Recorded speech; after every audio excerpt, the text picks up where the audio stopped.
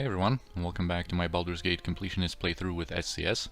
And here's the aftermath of that battle from the last episode. I'm going to quickly loot some big healing potions that I might use for out-of-combat healing.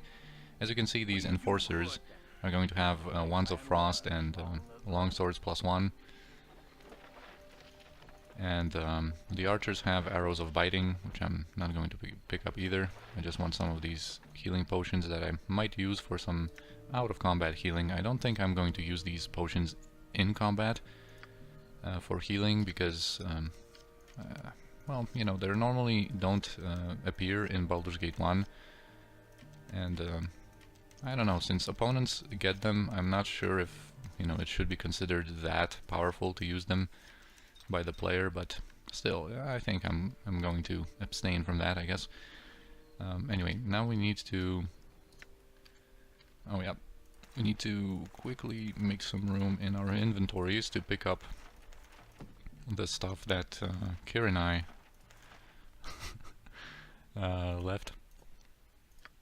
And I think I'm just going to give some really light stuff to Aec'Letec, and we should be able to carry everything. Because these things left on the ground, they disappear after a while, and we're going to have to go back to the Friendly Armin to resurrect Kira and I.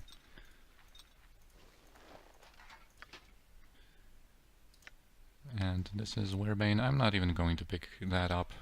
We don't really need it anymore. Here's Koran's sword. We can give it back to him.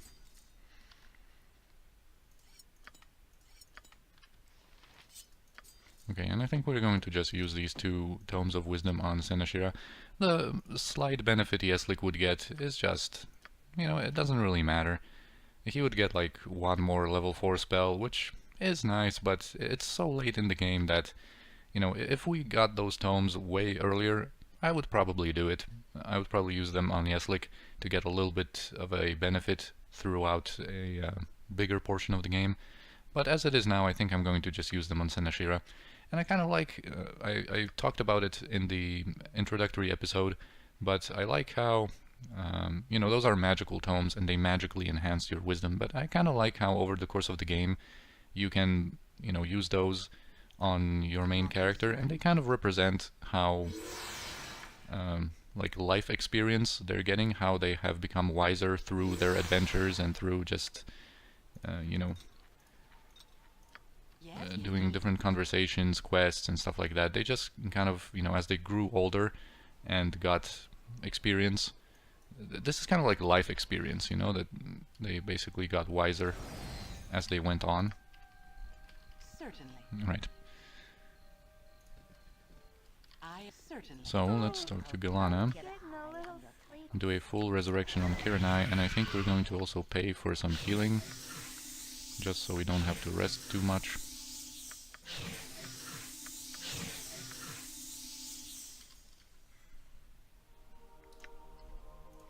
Okay, now we're going to quickly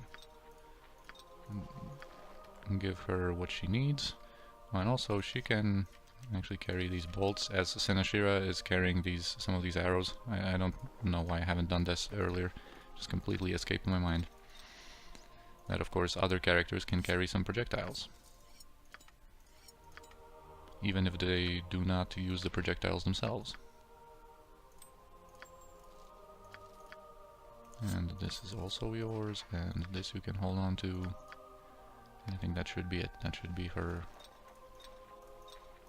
full inventory.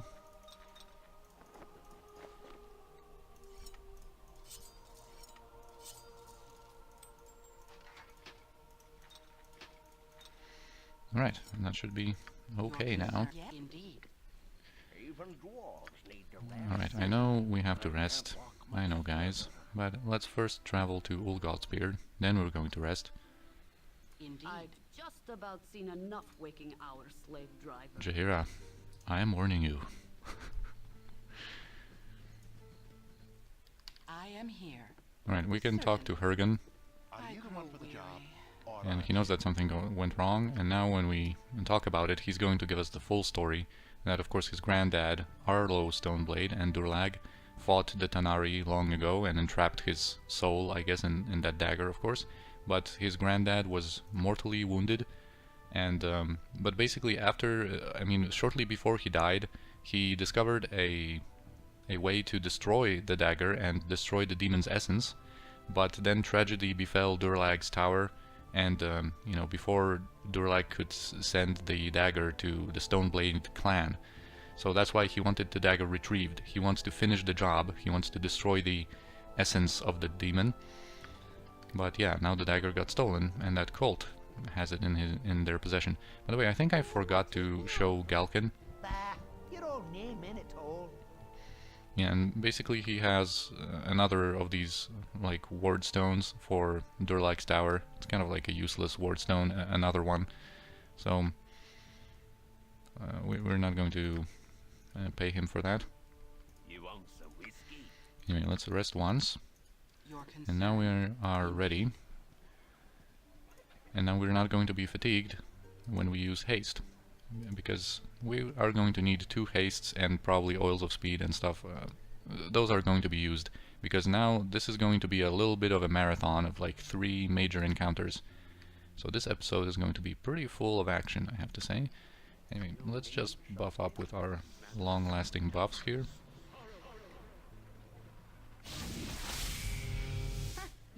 And Imoen actually can use these Spirit Armor scrolls to buff up both Kirnai and Sinashira.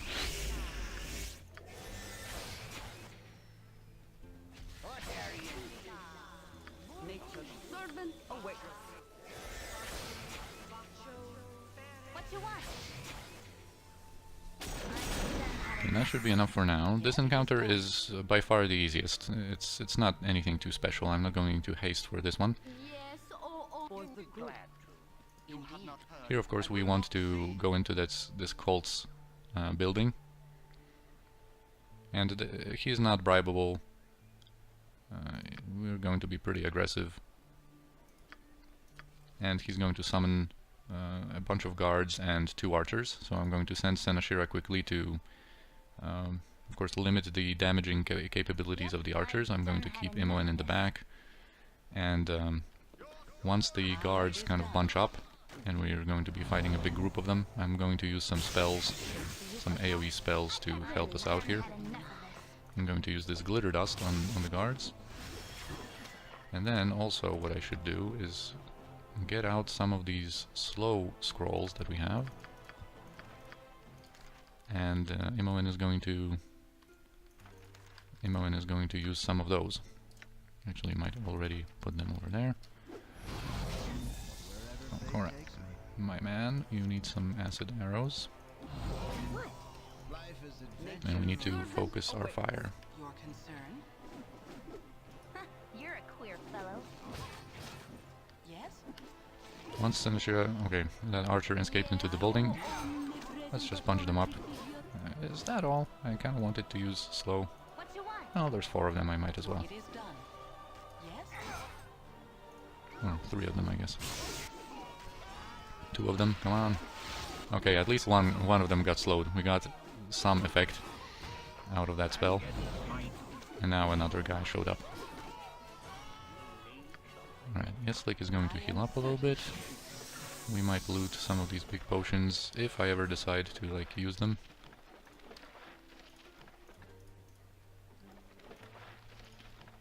Okay, now we're going to go Aec'Letec, heal up.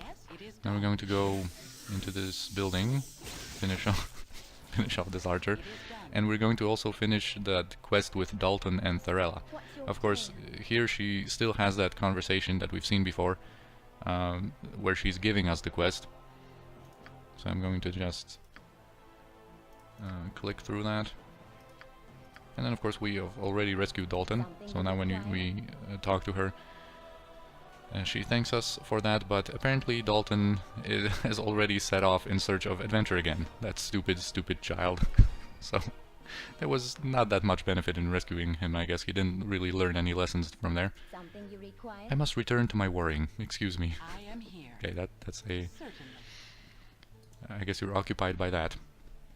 Alright, now some more buffage must commence, because this is going to be a really tough encounter. There's going to be not only one of those cult enforcers, and you've seen how powerful they can be. There's also going to be a cult wizard, and I think those ones are level 15.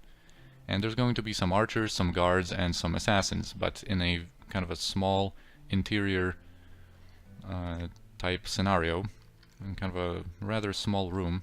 Or it's not that small, but you know, our options for like spreading out and stuff are going to be severely limited. So I might even allow myself to use one arrow of dispelling, but we'll see. What I want to do now, we still have chant. We might redo it, I guess, because in the final fight we're going to be probably quickly dispelled. And here we might redo that. Oh, actually, here I don't do that. First, let's drink a strength potion with Aec'Letec, which I completely forgot to do. Now let's cast chant. Let's cast bless. And oh wow, I misclicked and she lost that spell. Okay, sweet. Great. Good job there. And I wanted to select Imoen because I wanted to cast haste, and I also want to make sure that Senashira is immune to fire. And actually, for that purpose, we might as well use our spear instead of the second potion. Your concern?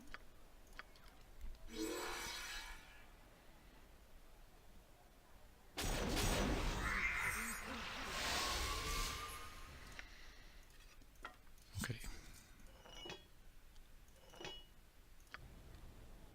And I think that's probably it. We're all hasted, we're all buffed up, we have our armor class set.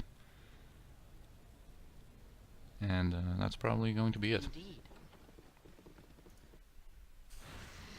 So here is that major encounter. I'm going to send Senashira immediately forth and maybe attack this archer. This wizard is going to have something to say, and there's going to be also an enforcer somewhere that hasn't yet spawned, I guess. And there are assassins around, so those backstabs are going to be dangerous as they were in the previous encounter. Alright, I'll let them get their pre-buffs. Okay, the enforcer already got his pre-buffs and starts out invisible, I guess. We're going to move Kiranai a little bit forward so that our invisibility, detect invisibility, can work better.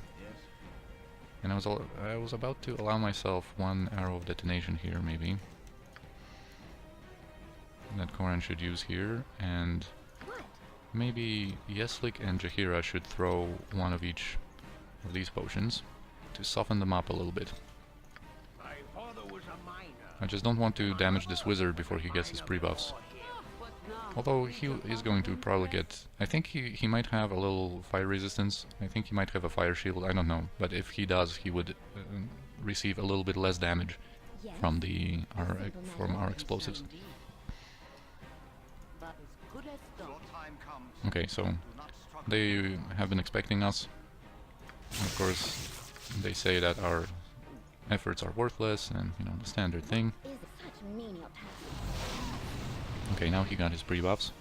Now let's move Kiranai to the center of the room, because I don't know where that enforcer might be, and we really need to be in range. Because this is going to work. It works on, you know, through Minor Globe, it works on Shadow Door, and I've tested that, I've rechecked everything, and we should be fine as long as we're kind of in range of that dispel. Alright, that archer apparently is already dead. Let's just quickly use our detect invisibility, and we're going to focus our ranged attacks. I'm going to try to paralyze this wizard here, and I'm going to try and use our acid arrows on him. Okay, so here are the assassins. We're in a big traffic jam here, and apparently this enforcer wasn't uncovered by that, which is really, really bad. We might as well start buffing up with our greenstone amulet, because I can feel that chaos coming. Okay, yeah, she's not going to do it just yet, because she just cast the invisibility purge, so just focus on attacking, I guess. And okay, this this wand of paralyzation didn't work, I think.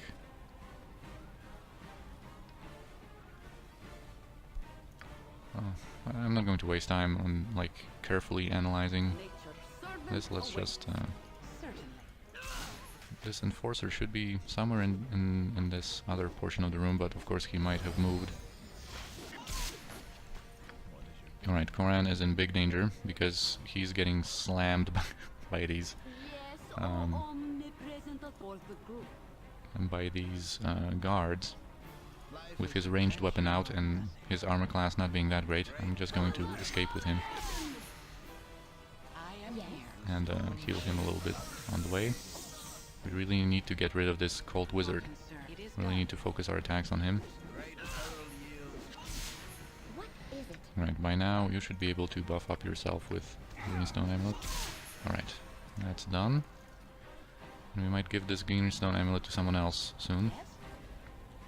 but we'll see. I know nothing more. Right now I might cast actually another slow onto both of those assassins and both of those guards. Those guards are, I think, neutral aligned, but the Holy Smite from Aec'Letec might work on the assassins to blind them. Alright, he's hiding kind of in that corner. Alright, here's the Enforcer. I am here. Now this is going to be dangerous. I think we need to buff up Koran with that Greenstone Amulet. If he can even do this, because yeah, he's clearly casting something on Koran. So let's try that out, and let's keep away from that portion of the room. What? Good as done.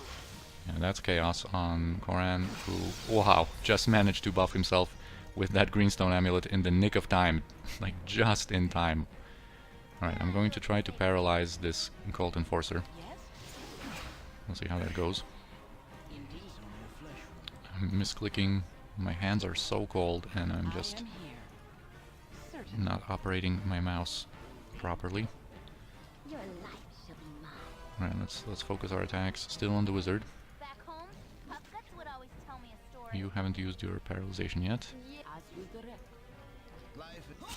Oh, wow. Nice one.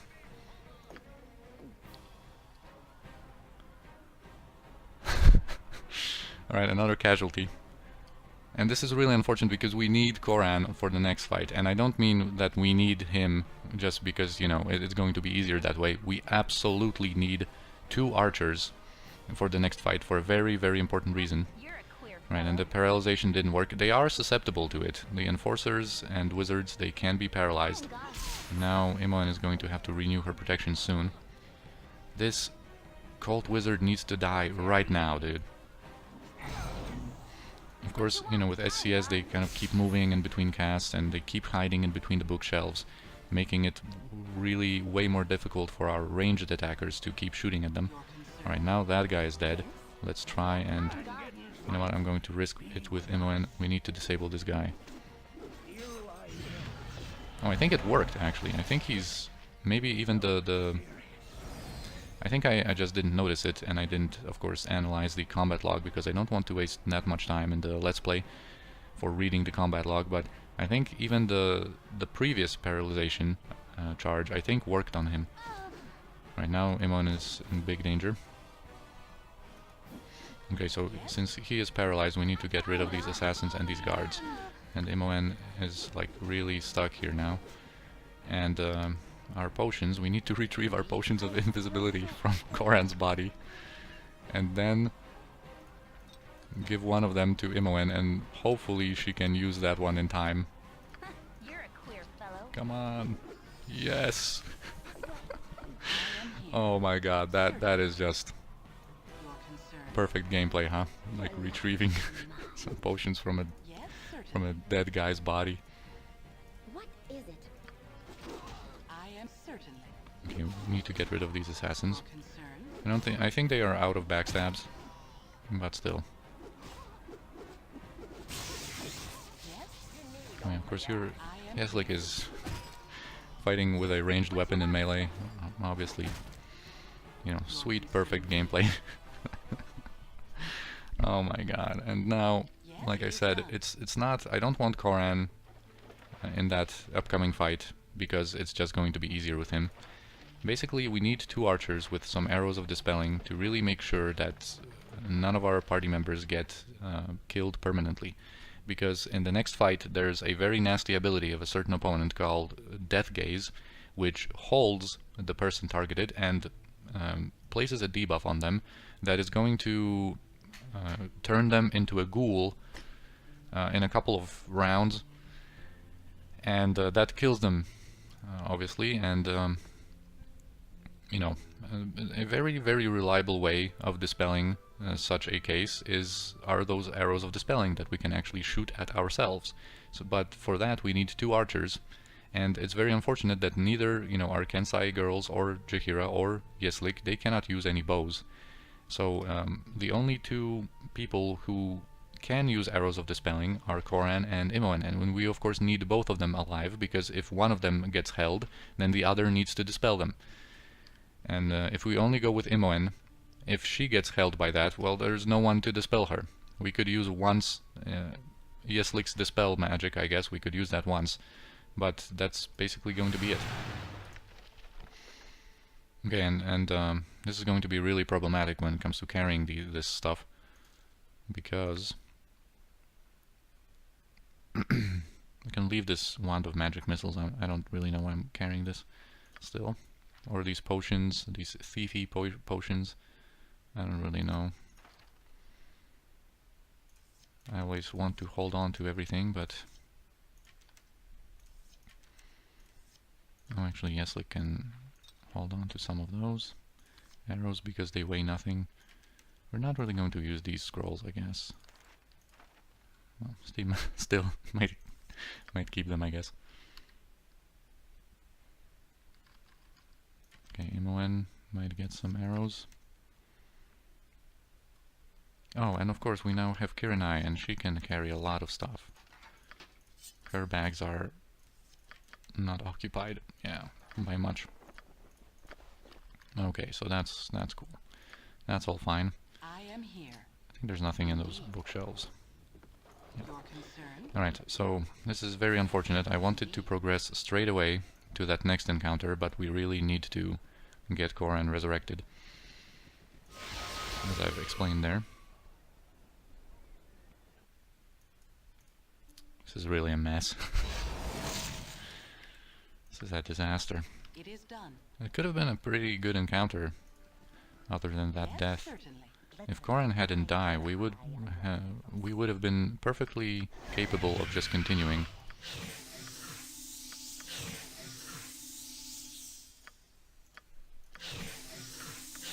I am here.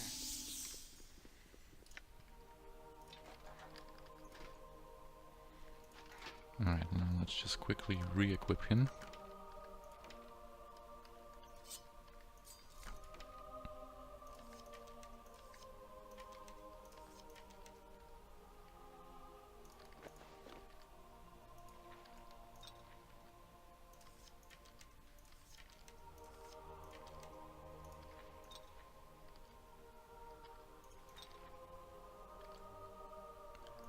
One moment here.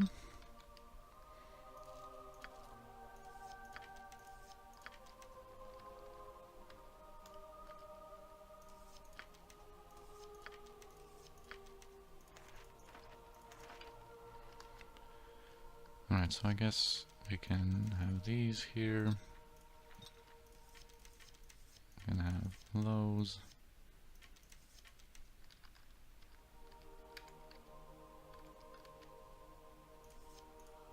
Well, we can keep those. Alright. Certainly. Now we're going to go quickly back to Olgoth's beard. We're going to rest once because fatigue is going to set in after all this travel, unfortunately. And we're going to go on to the final fight. And that one should be pretty tough and pretty exciting as well. I care not. Yes? Indeed. You want some whiskey? Your concern? Okay, Certainly. now we are ready. I am going to pre-buff, but especially at the beginning of that encounter, there's going to be like so many dispels, so many remove magics thrown at us that we're probably going to be mostly dispelled, You're but a queer fellow. you know, still, someone's buffs might survive. Oh my god, I'm such... I'm playing so badly.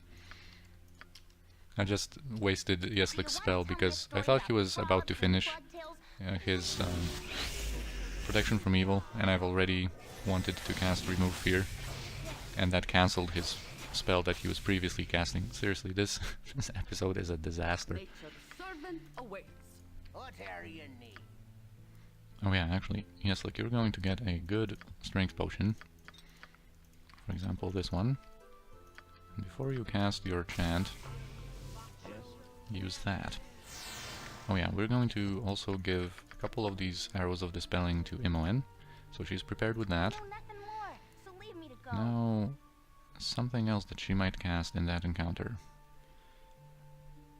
If she needs any scrolls, what would that be? We still have some spell scribing to do. I guess she could have Stone Skin that she could learn. But yeah, I don't think we need really any more scrolls on her. I might just pre-buff with this, and we're going to haste ourselves. And Aec'Letec is going to chant, and Sinashira might even use her drop on Holy Might.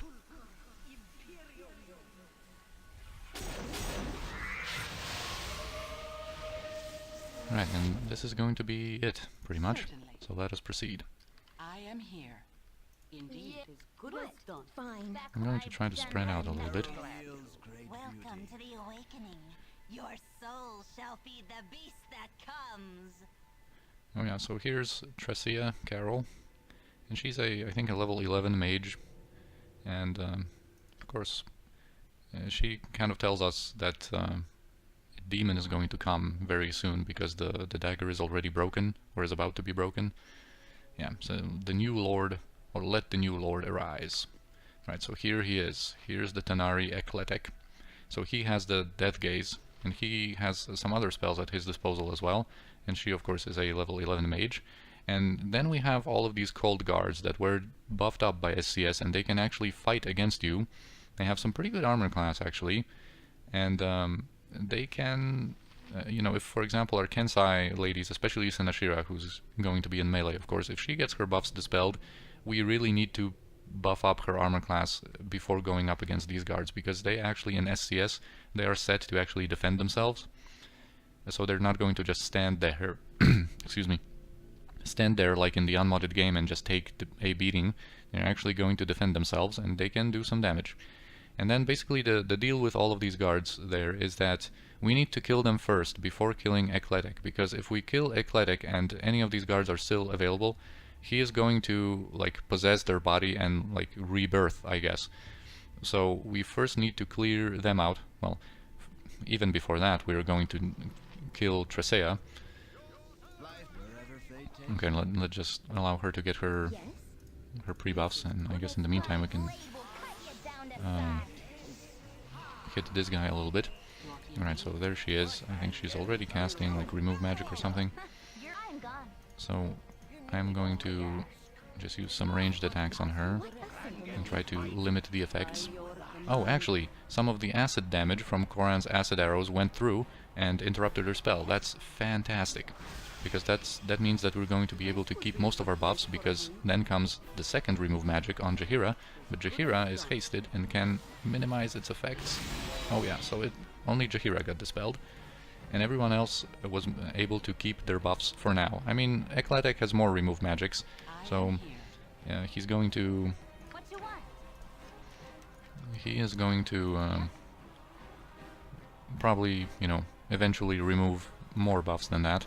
And he also used that Death Gaze on Kiranai, and as you can see, she is both held and dying. That's kind of a special debuff, and we need to dispel her, unfortunately, all of her buffs as well, with that Arrow of Dispelling, but we need to do that so she doesn't die. Okay, we need to kill Tressia here. Alright, Imoen dispelled Kiranai, and we need her damage. And we also, what we can do is give Kiranai an Oil of Speed, so she gets that one more attack. because we need her damage. Nature's servant Alright. awaits. Jaheira might start casting Invisibility Purge, and in the meantime, we might just try to kill this guard, so we can do something as this all of this is going on. I'm going to need to like run away also with some characters from Aec'Letec, because he's very dangerous in melee. He has spells like Vampiric Touch that can deal like up to 30 damage pretty much, and he has 4 attacks per round, so I don't really want to stay near him. Although yes, like would be able to probably, you know, hold on for a while against him. But let's not do this. Alright, so Tresea is there with her mirror images renewed, which is very unfortunate. But anyway, we need to keep up the pressure. Yes? Of course, I could use an Arrow of Disparling on her and make the fight trivial, but let's not resort to that if we don't have to. Yes? Oh. Okay, she saved versus death. Let's keep throwing daggers. Okay, she renewed Stone Skin. That's very unfortunate as well. I kind of don't want to be so bunched up because I think Aec'Letec has some more removed magics up his sleeve. I wouldn't really want all of my guys here to get dispelled, but we needed to continue with the damage on Tresea. All those cold guards are uninjured. We managed to kill one of them in the meantime. Alright, so she's dead. I'm going to try to paralyze.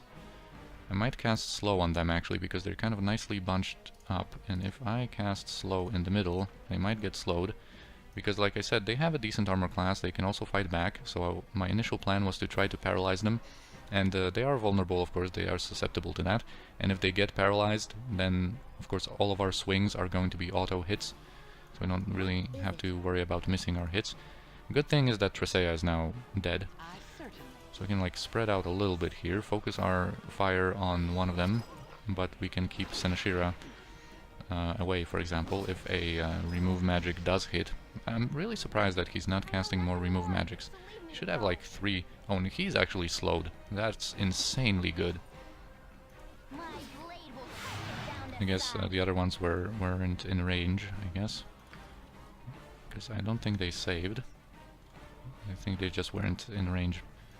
Or maybe they're actually... Oh yeah, I think they also... Yeah, they can use potions, and I think some of them used potions of freedom. Actually, let's keep Jaheira here, so Aec'Letec can have someone to be busy with.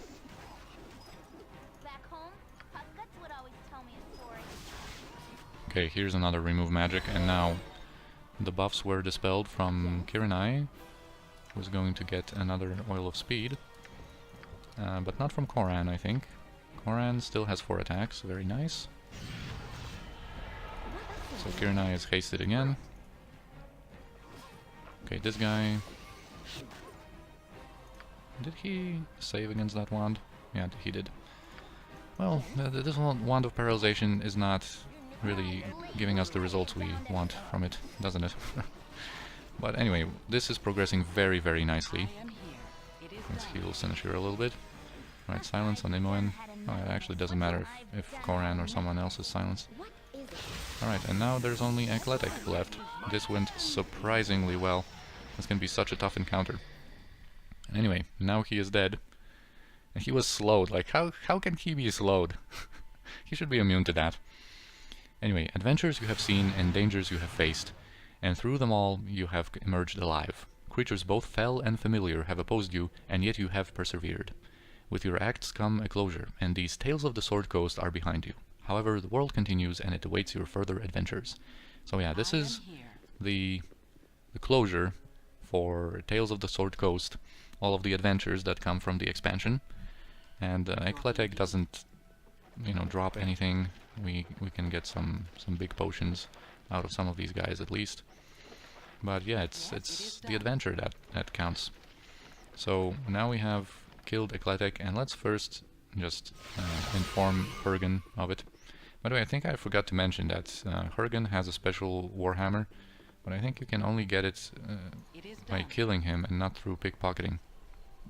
Okay, so he is, or there is an NPC project reaction from Jaheira again, and yeah, we have done an amazing feat. I feel pride and relief both, for we could have easily been killed in the most gruesome manner by being turned into mindless ghouls. Yeah, so she refers to that ability of his, of course. And yeah, that's an amazing feat for a party of our level, at least. To be able to kill a Tanar'ri, I am demon. indeed. Are you the one for the job, or aren't you? Yeah, he never believed the cult to be capable of freeing the Tanar'ri, but we have been able to destroy it. So all is well. Eventually it will be able to return to this plane. Rest easy, my friends. You did all that you could do. You saved the Sword Coast from a demon. Farewell. So this is something that's also going to sometimes show up in Baldur's Gate 2.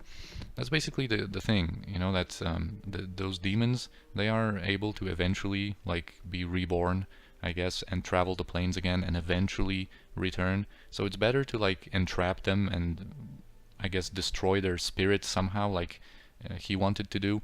But it was already too late, because Aec'Letec was freed from the dagger, and the best course of action there was to just kill him and destroy his like physical emanation, I guess, on this plane, on the prime material plane, and then, you know, at least save the Sword Coast from a demon that way. So yeah, this one, this episode, I think, was pretty cool, although a bit of a mess and a bit of a disaster. But I think all in all, we emerged, you know, victorious, and it was, I think, you know, a pretty fun one, I think. So I thank you for watching. I hope you enjoyed it, and I'll see you in the next episode.